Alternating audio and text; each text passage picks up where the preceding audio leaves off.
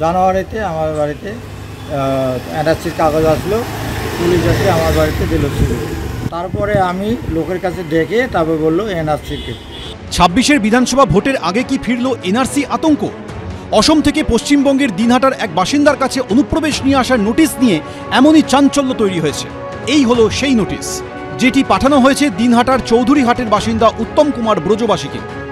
Notice পাঠিয়েছে অসমের Kamrup foreigners tribunal, যার পর থেকেই আতঙ্কে রয়েছেন দিনহাটার এই বাসিন্দা।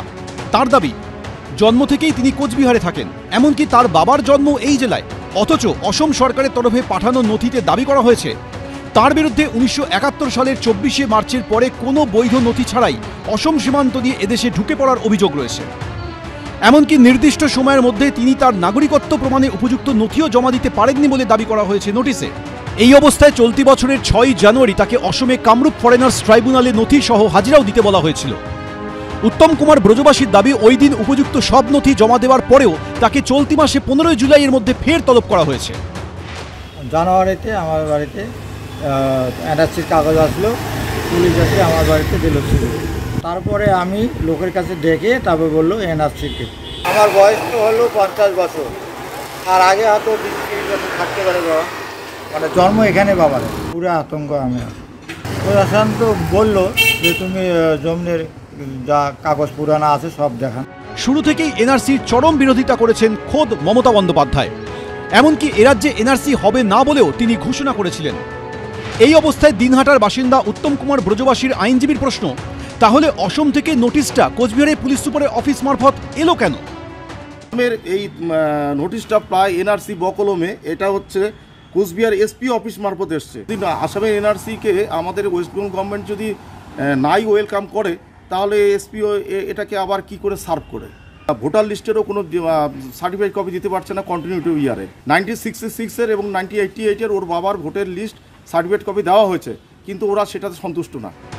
বছর ঘুরলেই রাজ্যে বিধানসভা ভোট। তার আগে অনুপ্রবেশ নিয়ে কোচবিহারের বাসিন্দাকে বিজেপি শাসিত অসমের ফরেনার্স ট্রাইব্যুনালে পাঠানো নোটিশ নিয়ে শুরু হয়েছে তরজা। উত্তম কুমার ব্রজবাসী তিনি কিন্তু সংবাদ মাধ্যমে কথা বলেছেন যে তিনি জীবনে কখনো আসামে যাননি। তাদেরকে জোর করে অনুপ্রবেশকারী বা ফরেনার্স বলে তাদের বিরুদ্ধে শাস্তিমূলক ব্যবস্থা নেওয়ার কথা বলা হচ্ছে, এবং অসম গভর্নমেন্টের পক্ষ থেকে কামরূপের এসপি নোটিশ জারি করেছেন। তার এত ক্ষমতা কোথার থেকে হলো? বিজেপি দল এরা হচ্ছে বাংলা বিরোধী, বাঙালি বিরোধী। এটা বিজেপির চক্রান্ত না তৃণমূলের চক্রান্ত? এ ব্যক্তি একজন এখানকার ভোটার। এখানকার ভোটারের নামে যদি নোটিশ আসে, তো রাজ্য সরকার কি করছে? এগুলো দেখছে না, সংশোধন করতে পারে না? ট্রাইব্যুনালের চিঠি ওনার কাছে কি করে আসলো? বিজেপির নামে একটা কলঙ্ক রটানো হচ্ছে।